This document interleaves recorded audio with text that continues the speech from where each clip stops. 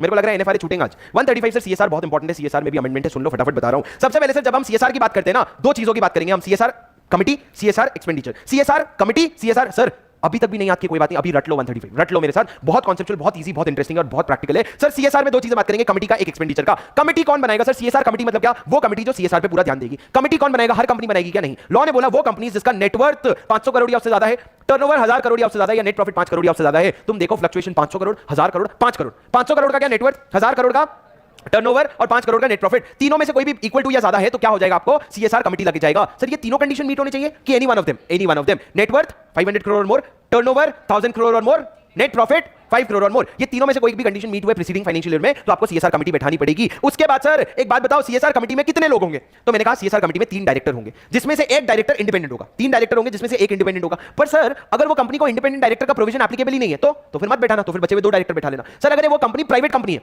और private company में सिर्फ 2 डायरेक्टर होते हैं, सिर्फ 2 डायरेक्टर है तो दोनों डायरेक्टर को कमिटी में बैठाना, पर कमिटी में होंगे 3 डायरेक्टर, 3 में से एक इंडिपेंडेंट डायरेक्टर होगा। अगर आईडी नहीं है तो कोई बात नहीं, 2 डायरेक्टर बैठा दो, तो 2 या 3 कुछ भी चलता है, ठीक है। अब सर मेरे को ये बताओ, एक एक्सेप्शन दिया है लॉ ने बोला कि माना अगर तेरा नेटवर्थ 500 करोड़ से ज्यादा है, टर्नओवर 1000 करोड़ से ज्यादा है, या प्रॉफिट 5 करोड़ से ज्यादा है तो तुमको सीएसआर कमिटी लगेगा। पर अगर जो तुम्हारा सीएसआर का एक्सपेंडिचर है ना वो 50 लाख या उससे कम का है, सीएसआर का एक्सपेंडिचर 50 लाख या उससे कम का है, तो आपको सीएसआर कमिटी बैठाने की जरूरत नहीं है। सर सीएसआर कमिटी का काम क्या है? What is the work of CSR committee? CSR committee का काम क्या है? सीएसआर कमिटी का काम यह है कि सीएसआर का जो खर्चा करना है ना वो सही जगह खर्च हो रहा है कि नहीं देखना। अबे 50 लाख रुपए के लिए तो एक कमिटी बैठा देगा क्या? लॉ ने बोला नहीं, 50 लाख या उससे कम का सीएसआर है ना, तुमको कमिटी बनाने की जरूरत नहीं है। सर एक कंपनी है, उसका नेटवर्थ 700 करोड़ है, एक कंपनी है उसका नेटवर्थ 700 करोड़ है, पर उसका सीएसआर का खर्चा 20 लाख है, पर नेटवर्थ 700 करोड़ है, क्या उसको सीएसआर कमिटी बैठानी पड़ेगी? नहीं सर, ठीक है।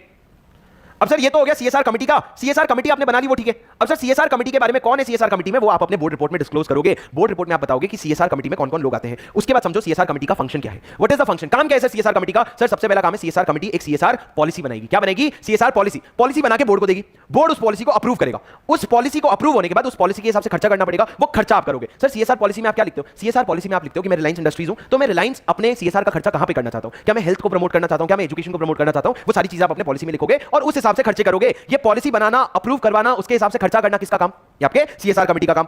उसके बाद सर मेरी बात सुनो, The board of the company shall approve the CSR policy and ensure that activities are undertaken as per the policy. Board के पास जब पॉलिसी आएगा तो पॉलिसी अप्रूव करेगा और उसके हिसाब से काम हो रहा है कि नहीं देखेगा। सर इंपॉर्टेंट वो नहीं है, इंपॉर्टेंट अभी फिर से आया ये। सर सीएसआर में कितना खर्चा करोगे आप? तो मैंने कहा पिछले 3 फाइनेंशियल ईयर का नेट प्रॉफिट का एवरेज का 2% से कम या 2% से ज्यादा,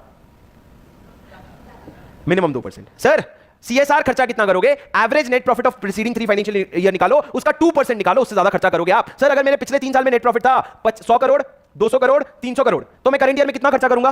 करंट ईयर में मिनिमम कितना खर्चा करूंगा? ये नेट प्रॉफिट है तो पहले मैं एवरेज निकालूंगा। एवरेज कितना आ गया? 200 करोड़, 100 प्लस 200 करोड़, तो 200 करोड़ एवरेज नेट प्रॉफिट आ गया, उसका 2% निकालूंगा। 2% कितना होता है? 4 करोड़, तो मिनिमम 4 करोड़ का खर्चा करूंगा, 4 करोड़ का खर्चा। तो सर ये मैंने इसलिए बताया क्योंकि आप ये कॉन्सेप्ट याद कर लो कि अगर 100, 200, 300 होता है तो मैं 4 करोड़ का खर्चा करता हूं। क्योंकि एग्जाम में आप कंफ्यूज हो सकते हो कि भाई 2% निकालना था, नेट प्रॉफिट का एवरेज निकालना था, तो आप ऐसे याद कर लो 100, 200, 300 करोड़ का अगर खर्चा होता है तो मैं 4 करोड़ का सीएसआर करूंगा। आ जाएगा ऑनलाइन वाले, रुको तुम आ जाएगा, तब तक स्क्रीन देखो मेरी, सुनो। सर आज समझ गए एवरेज प्रॉफिट। अब सर ये इमीडिएटली 3 प्रीसीडिंग फाइनेंशियल ईयर के, अभी अगर एक कंपनी है उसको बन के ही 2 साल हुआ है, तो अगर एक कंपनी है उसको इनकॉर्पोरेट हुए 2 साल हुए तो 2 साल का एवरेज निकालो, पर जितना है उतना एवरेज निकालो। अब सर उसके बाद समझना, लॉ ने कहा कि सबसे पहले सीएसआर का खर्चा भाई इंडिया में करना, इंडिया के बाहर नहीं चलेगा, इंडिया में। और इंडिया में भी लॉ ने कहा कि प्रेफरेंस तुम अपने लोकल एरिया को दो, तुम कोशिश करो लोकल एरिया में खर्चा करने की, बाद में बाहर जाके खर्चा करना, क्योंकि हर कंपनी अपने लोकल एरिया को हेल्प करेगी ना, तो वैसे पूरा इंडिया ग्रो हो जाएगा। उसके बाद लॉ ने कहा एक बहुत इंपॉर्टेंट चीज, अगर एक कंपनी सीएसआर का खर्चा कब करेगी, तो लॉ ने कहा जब एक फाइनेंशियल ईयर खत्म होता है ना उसके 6 महीने के अंदर खर्चा कर देना। अगर तुम 6 महीने के अंदर खर्चा नहीं कर पा रहे हो तो वो पैसा तुम अपने पास नहीं रखोगे, तुम उसको दान दे दोगे। कहां दान दोगे सर? हमारे कंपनीज एक्ट में शेड्यूल 7 है, एक शेड्यूल 7 है, उसमें एक फंड बना हुआ है, वो फंड में पैसे दान दे दोगे। सर मैंने क्या कहा और तुमने नहीं सुना? क्या कहा जो तुमने नहीं सुना? मैंने कहा कि सीएसआर का जो खर्चा होता है ना, सीएसआर का जो खर्चा होता है ना, वो आपको फाइनेंशियल ईयर खत्म होने के 6 महीने के अंदर करना होगा। अगर नहीं कर पाए तो उसको दान दे दोगे। कहां पे? फंड में। कौन से फंड में? फंड में, शेड्यूल 7 के फंड में, ठीक है। सेंट्रल गवर्नमेंट का फंड होता है शेड्यूल 7 में, वहां पे आप दान दे दोगे। पर सर कभी कभी क्या होता है ना, मैं बोल रहा हूं कि मैं अपने सीएसआर में एक बहुत बड़ी बिल्डिंग बनाऊंगा, वहां पे मैं एजुकेशन दूंगा। सर मैं बोल रहा हूं बहुत बड़ी बिल्डिंग बनाऊंगा, तो बिल्डिंग क्या 6 महीने में बन जाएगी क्या? नहीं, तो इसको हम कहते हैं ऑनगोइंग प्रोजेक्ट्स। क्या कहते हैं? Ongoing projects. तो अगर ऑनगोइंग प्रोजेक्ट कोई है ना तो लॉ कहता है भाई 3 साल तक ऑनगोइंग प्रोजेक्ट चल सकता है। तो उस केस में क्या होगा?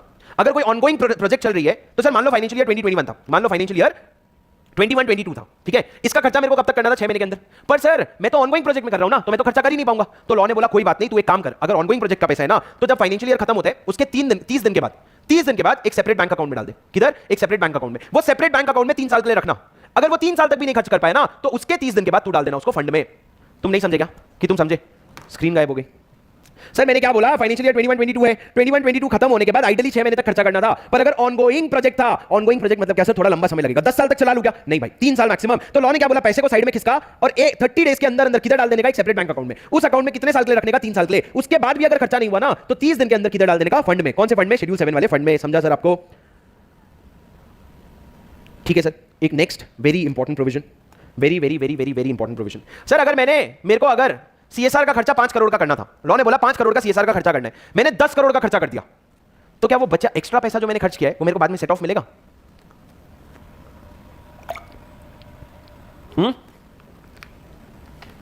हमको क्या पूछ रहे हो सर, हमारा एग्जाम थोड़ी है, आप बताओ हमारा क्या है, हम तो पढ़ पढ़ के सीए बन गए हैं, मस्त जॉब कर रहे हैं, सब सॉर्टेड है, आप पढ़ो, ऐसे तुम मेरे को बोल रहे हो। सुनो नालायको, मैंने क्या बोला, ये फाइनेंशियल ईयर 21-22 है, मेरे को 5 करोड़ का खर्चा करना था, मैंने 10 करोड़ का कर दिया। कितना एक्सेस किया, 5 करोड़।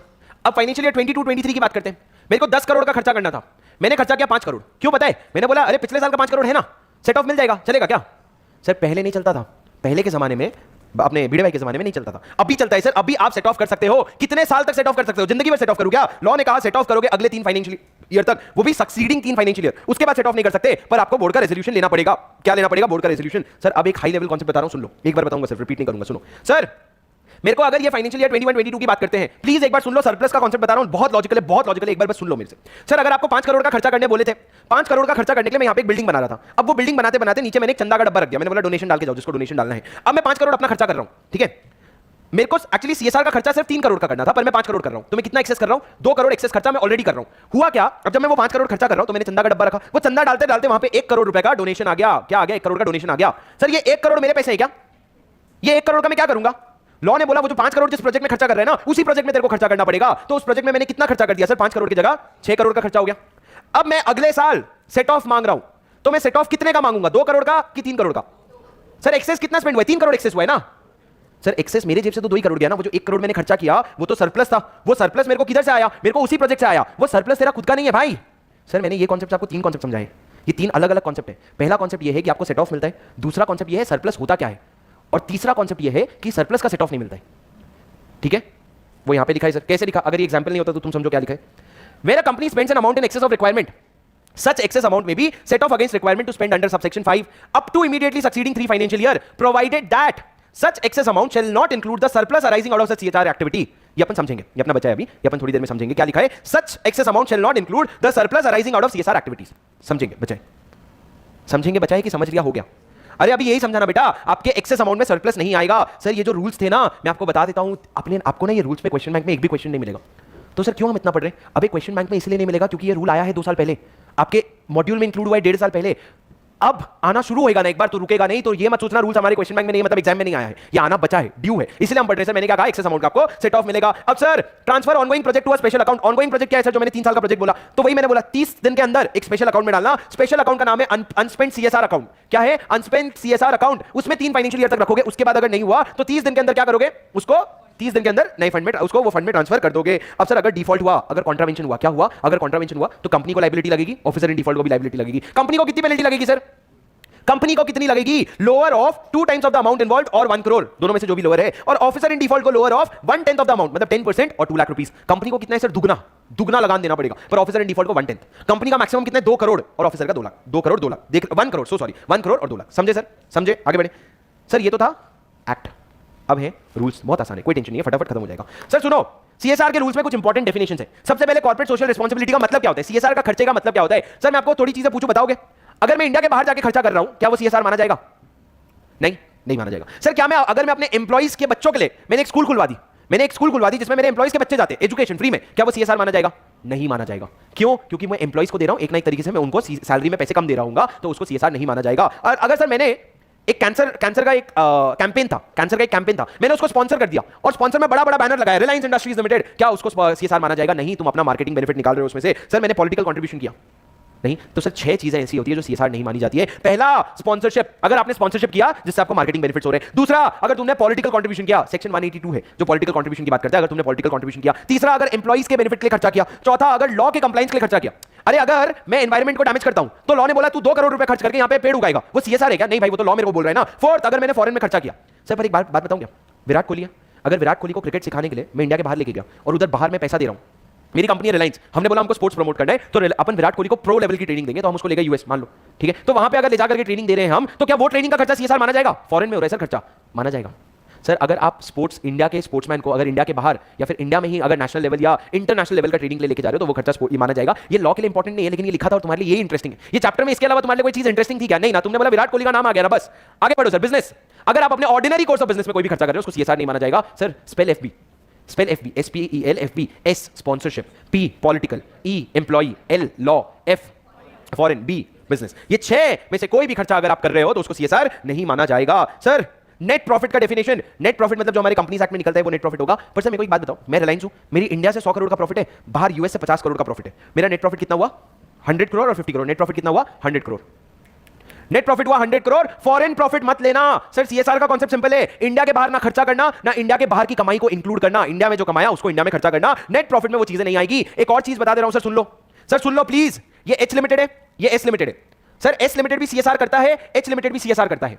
मैं बता रहा हूं एच लिमिटेड का नेट प्रॉफिट कैलकुलेट करना है अपने को। क्या कैलकुलेट करना है? Net profit. उसमें एक एक्सेप्शन बता रहा हूं। पहला, तुम फॉरेन इनकम मत लेना, फॉरेन इनकम मत लेना। दूसरा, ध्यान से सुनो, दूसरा क्या है? एस लिमिटेड ने क्या किया? 10 करोड़ रुपए का डिविडेंड दिया। क्या दिया? 10 करोड़ का डिविडेंड दिया। तो सर ये 10 करोड़ रुपए भी मत इंक्लूड करना। क्यों?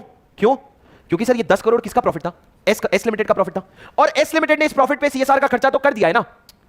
अरे सर ये 10 करोड़ किसका प्रॉफिट था? ये एस लिमिटेड का प्रॉफिट था। डिविडेंड देने के पहले उसने अपने प्रॉफिट का खर्चा तो कर दिया है, तो ये 10 करोड़ पे तुम वापस से खर्चा नहीं करोगे, इसलिए ये जो डिविडेंड है ना, इसको तुम अपने नेट प्रॉफिट में नहीं लोगे। लॉ में क्या लिखा हुआ है sir? Any dividend received from other companies in India which are covered under and complying with provision of section 135, जो 135 में ऑलरेडी कवर्ड है और वो कंप्लाई कर रहे हैं, उनसे मिला हुआ डिविडेंड तुम अपने नेट प्रॉफिट में नहीं लोगे। सर नेट प्रॉफिट में दो चीजें नहीं आती, पहला आउटसाइड इंडिया वाली जो इनकम है, और दूसरा अगर डिविडेंड अपनी किसी और कंपनी से मिला जो ऑलरेडी 135 का कंप्लाइंस कर रही है, तो आपको नहीं देना पड़ेगा।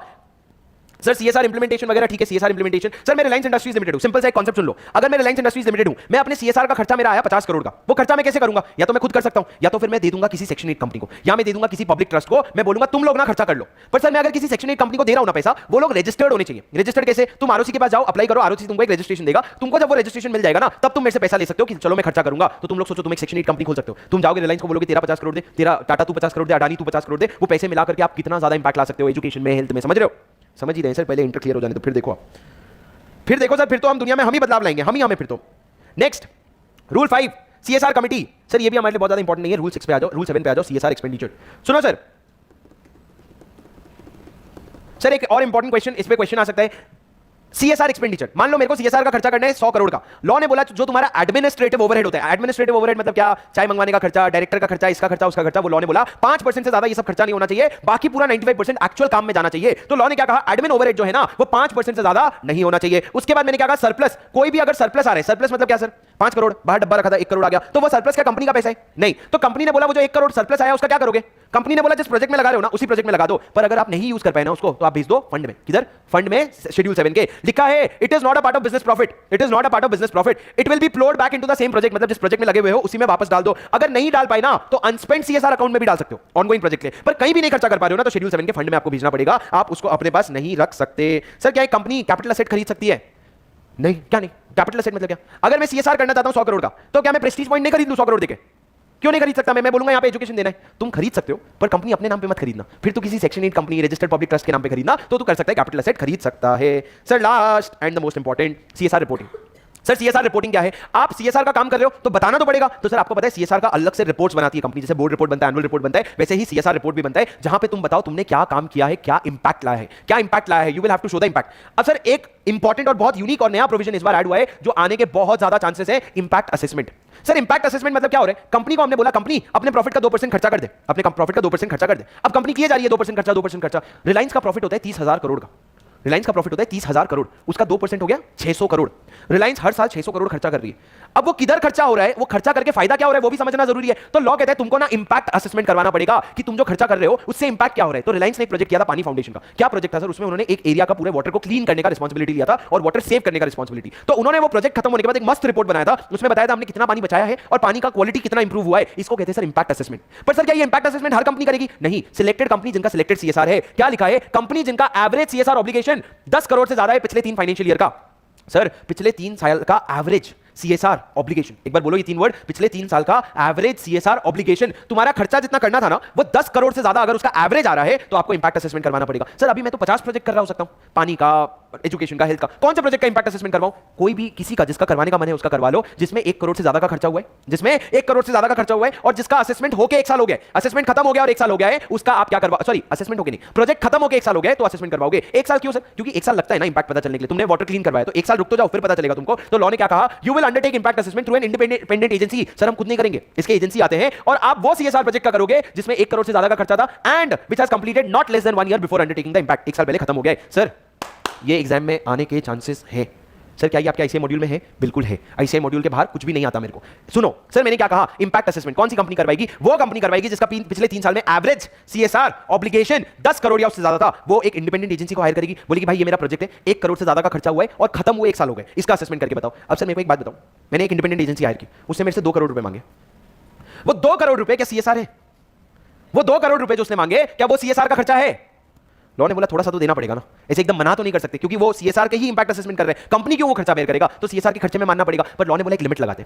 लॉ ने बोला तुम्हारे सीएसआर का, करंट ईयर के सीएसआर का 5% और 50 लाख रुपए विचएवर इज लोअर, उतने हद तक उसको हम सीएसआर मान लेंगे, उसके ऊपर का खर्चा तुमको सीएसआर नहीं माना जाएगा। सर क्या लिमिट है? 5% ऑफ टोटल सीएसआर और ₹50 lakh whichever is lower. Sir lower, कम से कम ज्यादा नहीं। सर ये क्या पूछा मैंने, जो इंडिपेंडेंट एजेंसी का खर्चा है ना, क्या उसको सीएसआर माना जाएगा? सर सीएसआर माना जाएगा, उससे क्या फायदा है? उससे मेरा 2% का कंडीशन खत्म हो जाएगा। अगर मान लो उसको सीएसआर मान लेंगे तो मेरा 2% का ऑब्लिगेशन मीट हो जाएगा। सर शांति से घर में जाके सोचना, तुम लोग के मन में ये आया क्या कि सर 2% का तो खर्चा ही करना है, 5% कैसे अलाउ कर दे रहे हो? ऐसा कुछ आया तुम्हारे मन में? सर नेट प्रॉफिट का 2% सीएसआर होगा, सीएसआर का 5% आपका अलाउ होगा, 5% और 50 lakh whichever is lower. Sir आगे की चीजें काट दो, कोविड से रिलेटेड अभी हमको पढ़ने की जरूरत नहीं है। अब सर आ जाओ सेक्शन 136 और 137 में। बाप रे 11